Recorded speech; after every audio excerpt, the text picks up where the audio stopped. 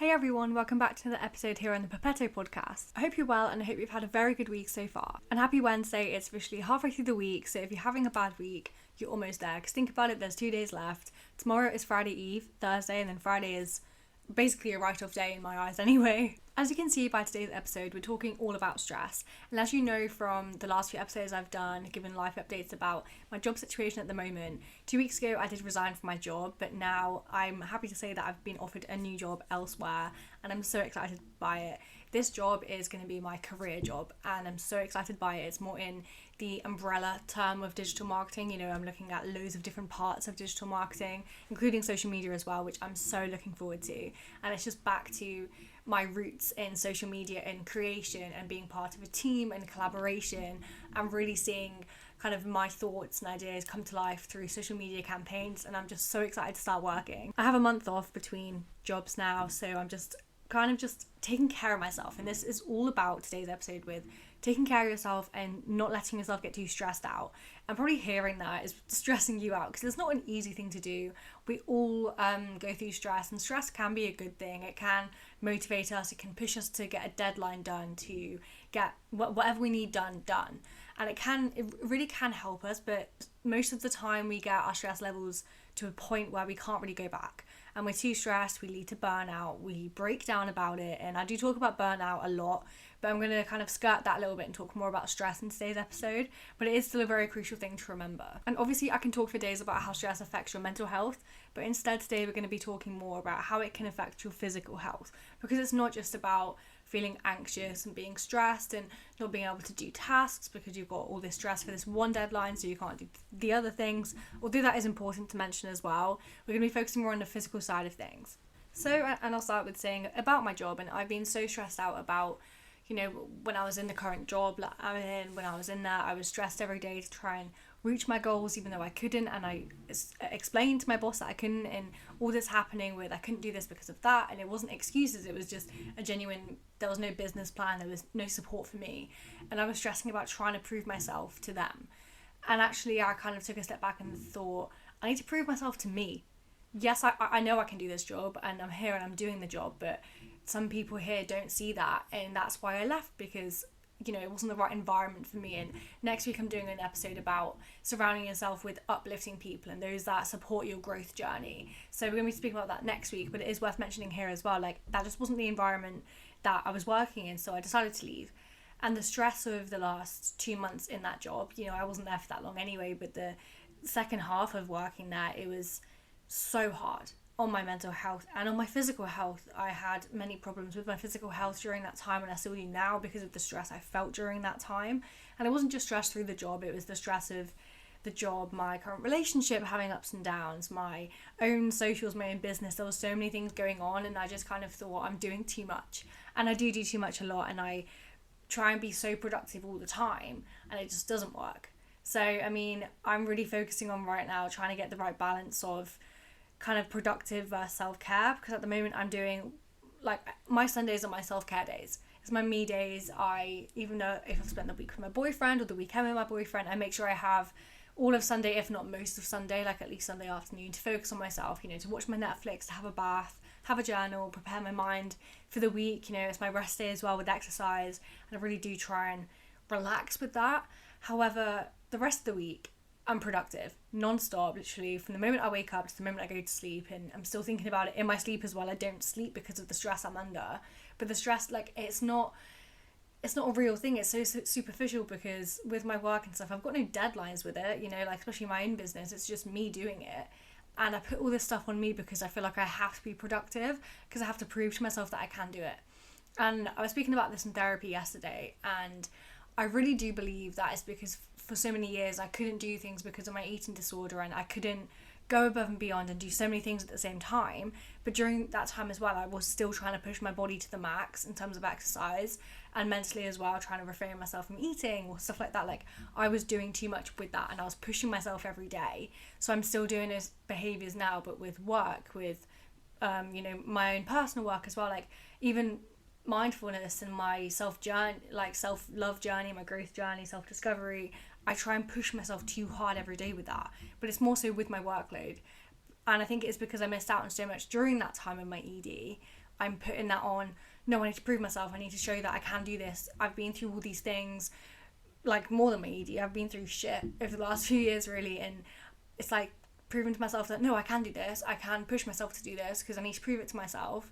And actually no, I just need to chill, because I've realised after getting this job offer this week, I finally had this kind of epiphany in therapy that, whoa, I have actually come so far. Like, despite all these things, I'm at this place where this is my third successful job interview. You know, it's my third big job in 18 months, and this one's going to be the job. This one is the one I'm going to stay there to excel my career, and I'm so excited to stay in a place for more than a few months, for more than a year. I'm so excited by it.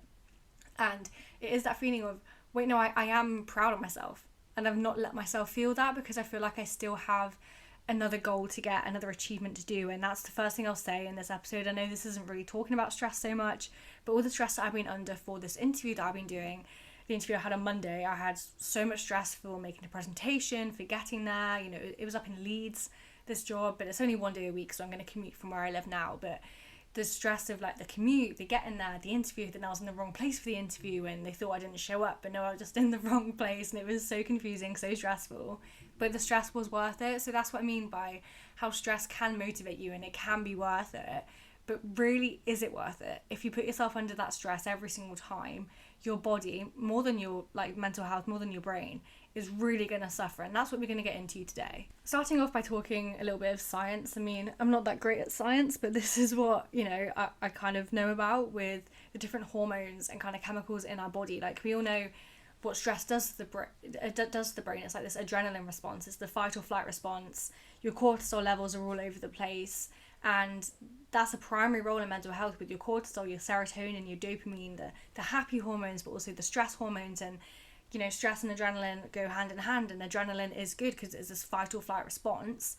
But so many times it's adrenaline for me is I have to fight. I have to keep pushing through, and I don't let myself have that flight response, when sometimes that is okay to run away from a situation, to step back from a situation. And no, yeah, it's not you running away, it's just you stepping back from it. And that's what I really struggle with a lot of the time. So whenever I'm in a situation in the future, I'm really going to try and work on, okay, is it worth pushing through this, or is it worth stepping back to really focus on my mental health as well, because it is a big part of this. We need dopamine to combat these stress levels, to combat the cortisol levels, the high cortisol levels. And this is why I was talking about incorporating self-care. I mean, I didn't really actually get around to saying that, I went off on a tangent, but incorporate self-care into your daily routine. Of course, having like, I mean, I've seen scientific like results and studies that those that have like a one like lazy day a week, but a self-care day a week where you do nothing, you just sit in front of a TV, have better results at work, they're more successful, and they live longer as well. I think I've also seen if you have that lazy day in a week. And although it can be so good to recharge, and I'm not saying don't have that day, still have that day, but also on every other day, incorporate your self-care into it. Work your work hours. You know, most workplaces, well, a lot of workplaces these days, especially the younger ones, do really value working hours, and for you not to respond to emails outside that time, or at least not feel obliged to. Don't respond to emails on holiday. Like the last few workplaces I've been at, they do get really annoyed if you do respond during like a holiday, your annual leave, on a weekend. So that's not your working hours. Like they were getting, sometimes I saw, whether it was me doing it or I've seen other colleagues do it, they do get like, they do shout at you for it, because they're like, no, because we're not, it kind of comes back down to money. They're always like, we're not paying you for that time, so please don't work during that time. And they do it that way, but no, it is, obviously it's about a good workplace. It's about having that balance between work and social life and your personal life as well. Like, work shouldn't be your life. And that's what I've also realized. Like, I hold on to everything so tightly, and with work I'm like, work is my life. Especially in the social media world, it can be really hard to get away from, but I'm really gonna try now in this new job, it's a new chapter, to not let it take up my whole life. Like, I work 9 to 5, as soon as I put that laptop away, I'm not doing any work. And that's why I'm going to build my office space a lot better as well, because as I said, it's only 1 day a week in the office up in Leeds, so it's 4 days a week at home, which, you know, I had 2 days a week in the office in my previous job. Then in my current job, it's been 3 days a week in the office. Now it's 1 day a week, so it is obviously 4 days at home, which I need a workspace. And I'm also going to use that workspace as I used to do this as well. I did have an office, but then I've stopped using it because my current job has been a little bit less like I don't really need a monitor as well as a laptop for it, so I just do it in my bed a lot of the time, which hasn't been good. So I need to develop a workspace with my monitor, and I feel like this new job as well is going to need more than one monitor and more than one screen, 3 screens probably. So I'm going to spend a bit of money and just a bit of time making that look aesthetic for me, to be a good workplace for me to work in, sort the lighting out in there, all of those things, and that is something that's really going to help me, and also have that balance and the kind of break from, that's my work space. So even when I'm doing my blog, my podcast, do it in there, because that will help me so much kind of differentiate between, okay, my bedroom is the room where I sleep and I watch Netflix and I do creative stuff and play Minecraft, or like do like non-productive stuff, even though all of that stuff is productive because it's self-care, it's looking after yourself, it's having downtime, but not work-related stuff, because I do that so much and it does stress me out a lot of the time, because I'm just more stressed about it, and that's why we're talking about it today. But yes, so we need to balance these levels of dopamine and cortisol. So yeah, your work day might have been stressful, but then do something that makes you happy, i.e. your dopamine levels. Do something that makes you happy at the end of the day. Also really good to do it at the beginning of the day as well. So you kind of start your day on a high, you end it on a high. And I mean, it is a tricky one because exercise is so good for helping with stress levels. Like, I can't tell you how important exercise is, but I know a lot of you listening have been through your own issues with exercise and doing too much exercise, and maybe you're still trying to get into that again. And I'm kind of at a much healthier point with exercise. I go when I want to go. Like, I am going to the gym a bit more now, but I'm not doing more than one thing a day. I tend to go like 5 times a week. I was going like 2 or 3 times a week, but now I've upped it a little bit because I do love doing it, and it is a routine, especially when I've got a month like at home not really doing a lot. I do want to get into a routine with it because I do miss it, and I've been so stressed, so it has really helped. But obviously I know I have to be careful with how much I do, because I can get addicted to it and not eat and blah blah blah blah blah. We all know how that goes. So I'm really focusing on just going to the gym when I want to go.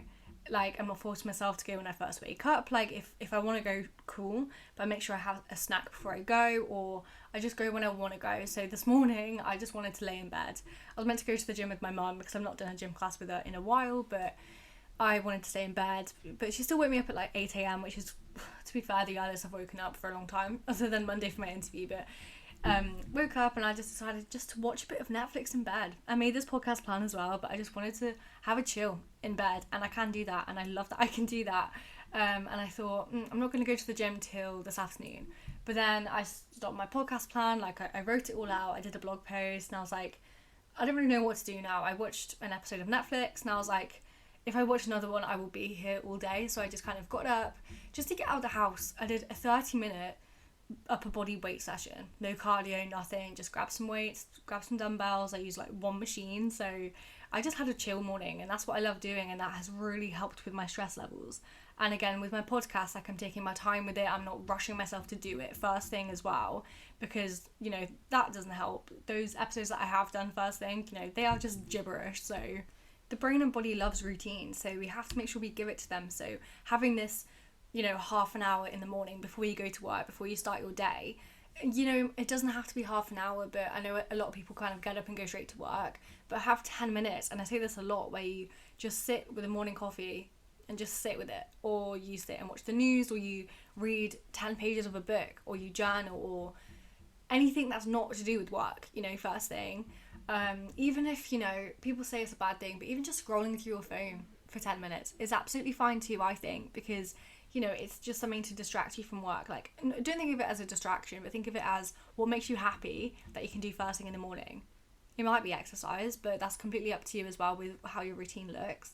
Do something that will make you feel good in the morning first thing. Yeah, some mornings you're going to wake up and be like, fuck this, I don't want to do this, I just want to get to work, or I'm not feeling it today, I don't want to make myself happy, and you just want a mopey day. Like, that's fine too, but try and do it most days where you have a morning thing which makes you feel better, even if it's just a 5-minute stretch or a bit of meditation, whatever you're into.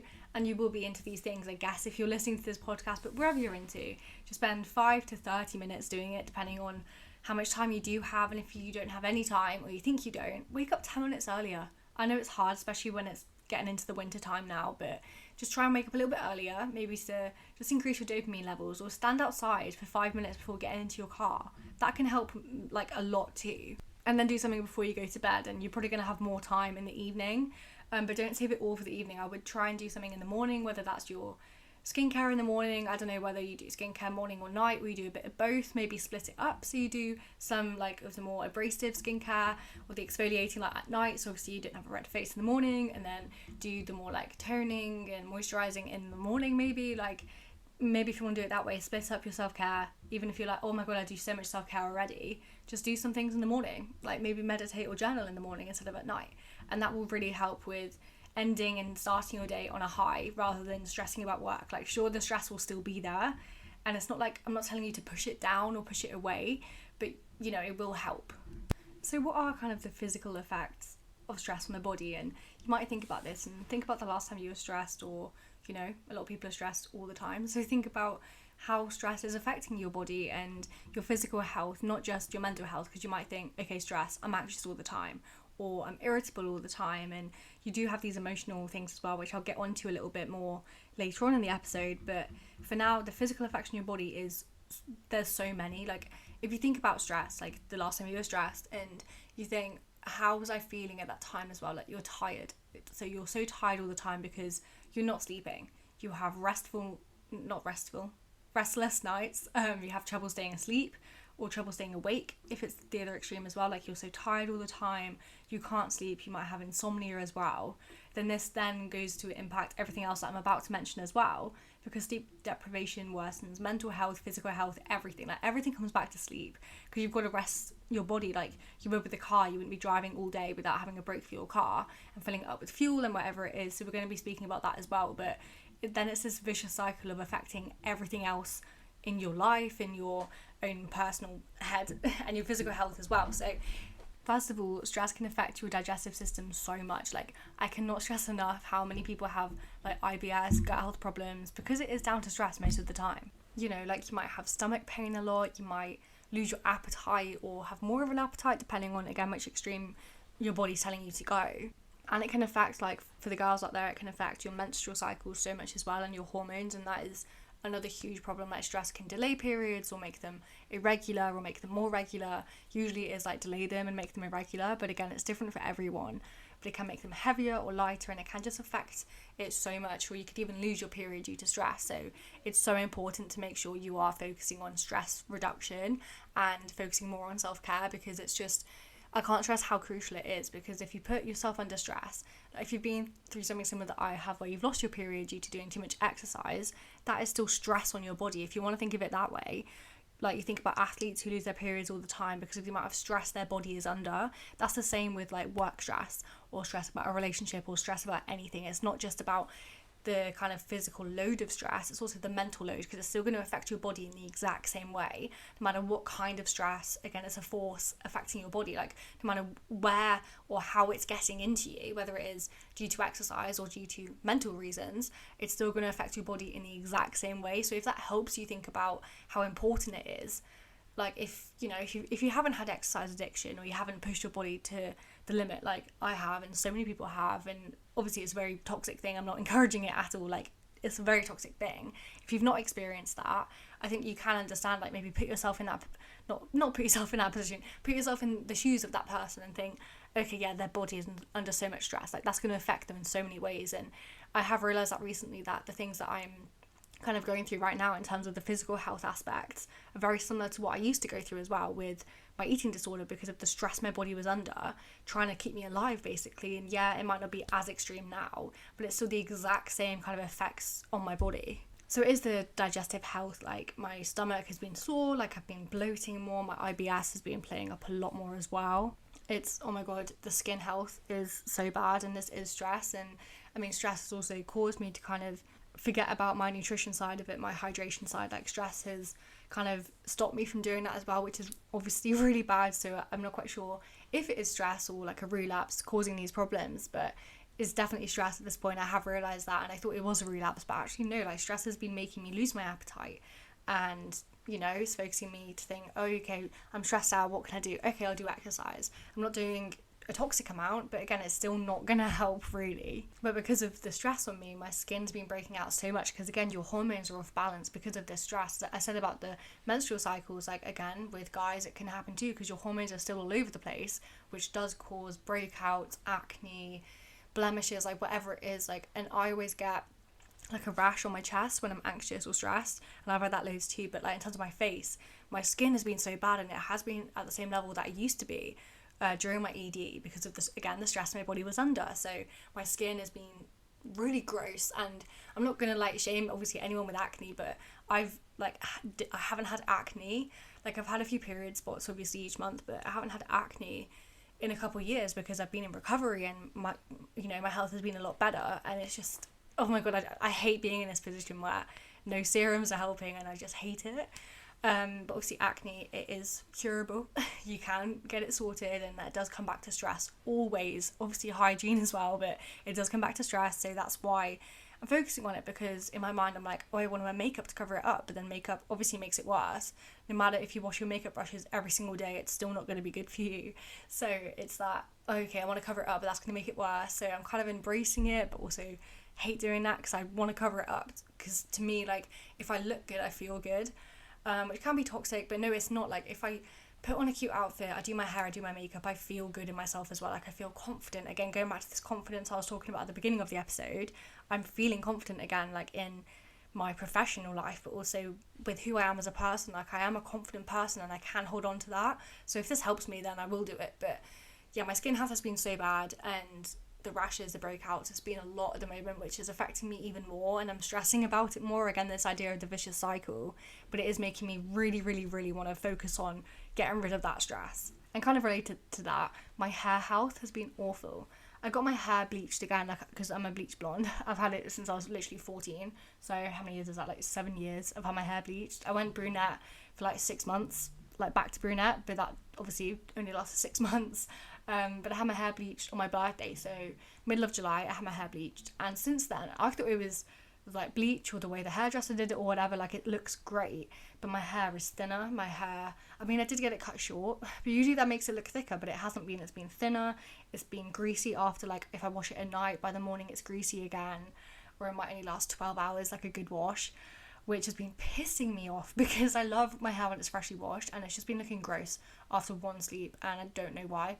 Especially when I get my hair bleached again, like, it usually lasts so long, like one wash might last me a week, but it just hasn't been doing that. So that's how I know, okay, something is off with my hormones. My body is producing more toxins again, in a way. Like, I don't know the science behind that, but your body is under so much stress, like it's trying to push all the negative shit out of you, i.e. through breakouts, like more oil on your skin, more oil in your hair. It's trying to literally push it out of you. I don't know if that science is correct, but to me that makes sense. It's trying to push it all out, but then it just causes you to obviously have greasy hair, your breakouts as well. And my hair's been so gross, and my hair was the same during my ED. Like, my hair was so thin. Like, if I look back at pictures from 4 years ago and then look at pictures from a year ago or earlier in the year, the hair difference is massive.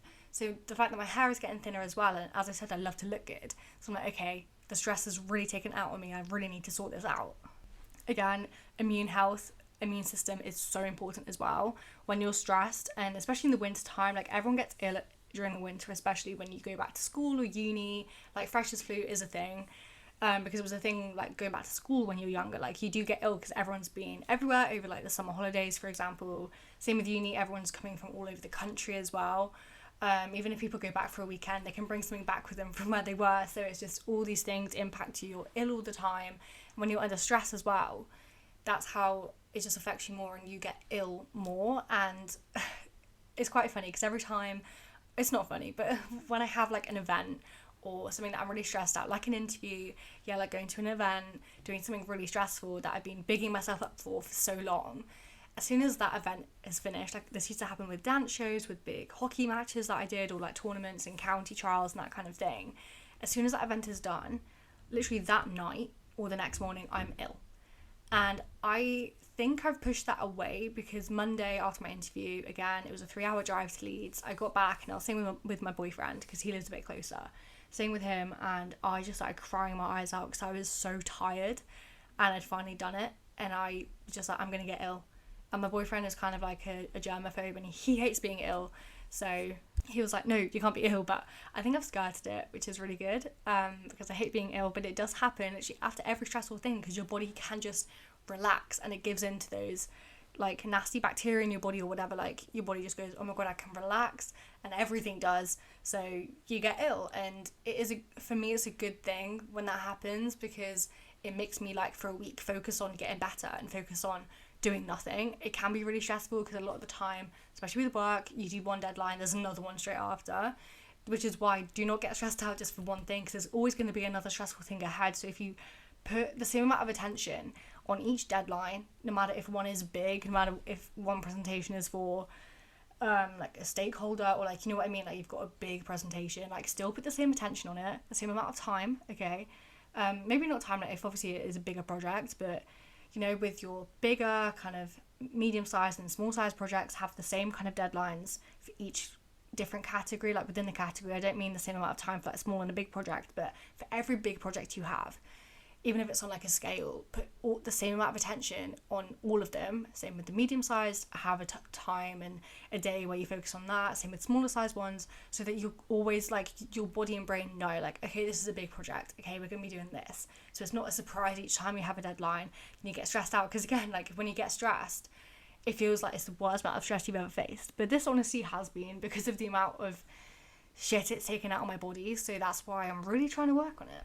Another thing which is really crucial as well with physical health with stress is the muscle tension, the headaches you get. Like, I don't know if you get it as well, but whenever I've mentioned this before, but whenever there's like a storm or the weather is bad and it's going to rain, I always get a headache. And it's so weird, and it's a horrible headache. It's like, because it is like pressure pushing down on you. It just feels horrible, and it's the same feeling with stress, but it's like the back of my head, which then causes neck pain and like top of my back pain. Like, my boyfriend's been giving me massages the last few weeks just because it's been so painful. Like, I was driving to my interview and I just couldn't move my head because my neck was that sore, which was very dangerous because I was on the motorway the whole way. It was very dangerous, but I realised, oh wait, this is stress, because I thought I did something at the gym or something, but no, because Tuesday morning I woke up and that pain had almost gone.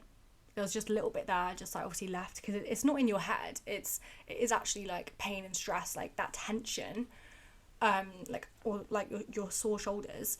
It's usually from like sitting down when you're working, trying to get deadline done, but it is also from the tension from your headache, or just holding yourself stiff, because you do hold tension. And like, I don't know if you agree with, like, you hold different emotions in different part of your bodies, like anxiety's in your chest or your stomach, and stress is often in like your back and your head as well. So my back just always gets so sore, and I've not felt it this bad before.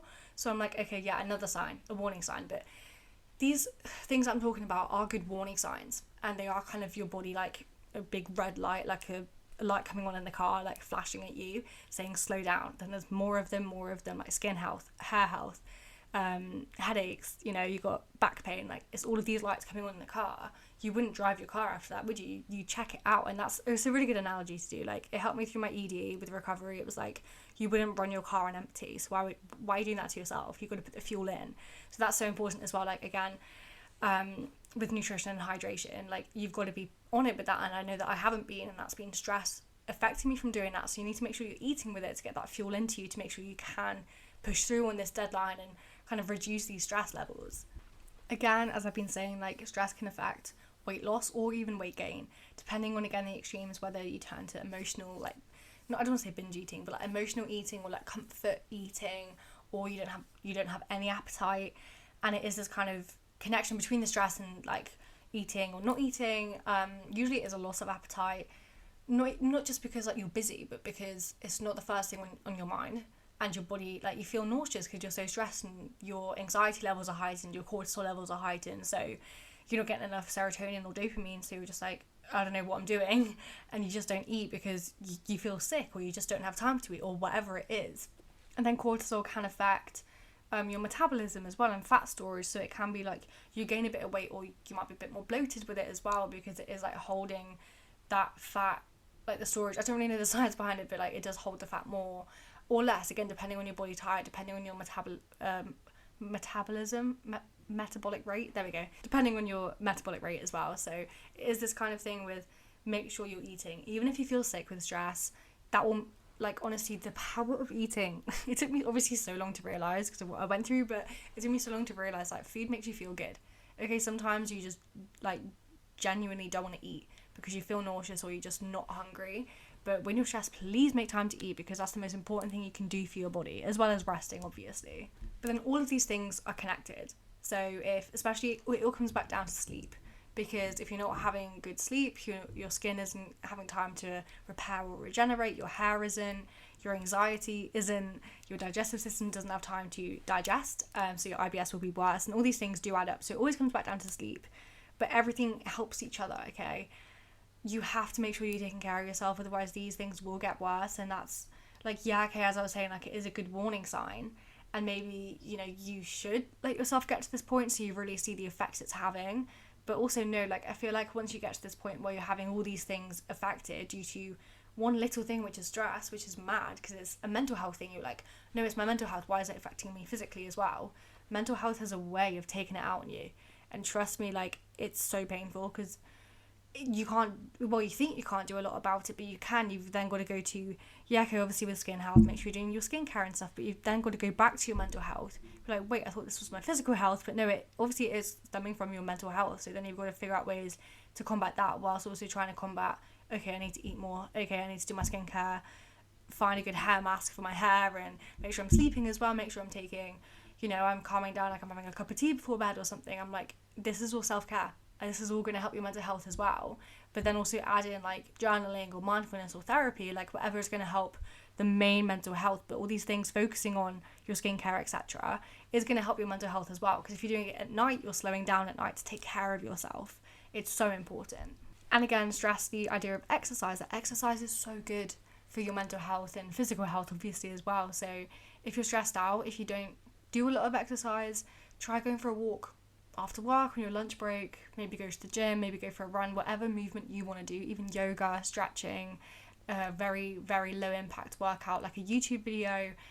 There's so many online, like I love Anna, I think her handle is like Growing Ananas or something like that. You've probably seen her if you watch a few YouTube videos of like home workouts. Lily Sabri, like there's loads of variations of whether you do have a few dumbbells at home if you want to do a little bit of weights workout, you want to do a no jumping one with no equipment. There's so many ways, like get up on YouTube, like there's so many ways you can move your body, or just go to the gym if you are that person. But if you're not, start small, like go for walks each day, 10-minute walks in the morning, after work, and lunch break, whatever you want to do. Move your body, because it really does help, especially your mental health, because it gives you that time to not think. This is a lot harder with walking. Like I do have a hate-love relationship with going for walks, like this hot girl walk trend. Like I do love walks and they do really help me clear my head. But at the same time of doing it, I'm thinking, because yeah, you might be listening to a podcast or music or just listening to nature or whatever you're doing, or you're out with a friend on a walk, however you want to do it, you're still like catastrophizing. And I used to be really good at just blocking it out and just focusing on the music or the podcast I'm listening to, but then the podcast could remind me of what I'm going through and I'm like, I'm stressed. But just try and make sure to like ditch that kind of attitude. Just go for a walk, just to focus on your feet walking in front of you, or your breathing, or focus on, okay, what am I going to do when I get back, in terms of, oh, I'm going to cook some lunch, oh, I'm going to have a shower, that kind of stuff, not all the work you've got to do. Really focus on that. And again, that's why like high impact exercise works, because you cannot think about anything else if you're doing a Lily Sabri HIIT workout. You cannot think about anything else while you're doing that. So maybe that is a way to go. Obviously, don't like be toxic with it. Do it once a day or every other day. Don't, if you don't do a lot of exercise now, don't go full in, because it will hurt first of all, and it might injure you or whatever. So please be careful with that. But the power of like a 10 to 30 minute like home workout, like a HIIT workout, is so good, because the high you get from it as well, like yeah, you're tired, but you feel so much clearer in your mind. Then you can, like, you've got this motivation, you've got the adrenaline, the serotonin to then go, right, I can go finish this deadline today. But also it's not for that, but it does help with that as well. But it is more for just clearing your mind, that mental health break in the day. So on that kind of positive note, I am going to end the episode here with kind of like, these are the ways that are going to help your stress reduction, and find the ways that work for you. Like exercise might not work for you, journaling might not work for you, that might stress you out more, because I know sometimes it does with me. You might need to find a way to really calm you down, and make sure you're scheduling in some time in the morning and the evening to reach those good dopamine levels, the happy hormones, make you feel better about yourself. Whether it is in the morning, your self-care is get ready for the day, so do your hair, do your makeup, maybe that is your self-care. And that's what I was doing before work. I used to like do a walk and do my journaling, do my meditation, but then I realised, no, I don't want to wake up early to do that. And I just found that just taking half an hour to do my makeup rather than rushing it in 10 minutes, because I've had to squeeze in loads of other aspects of my like self-care routine in the morning, I started just to do a slow makeup routine, put on a podcast or some music and just do my makeup and not rush it so it doesn't look crap when I go to work, and that really did help. So whatever works for you, like that's all I'm asking you to do. Like take this afternoon or whenever you're listening to this podcast, have a think about what will help you with your stress. And it is a hard question because you think, I have no idea, then you get stressed about that.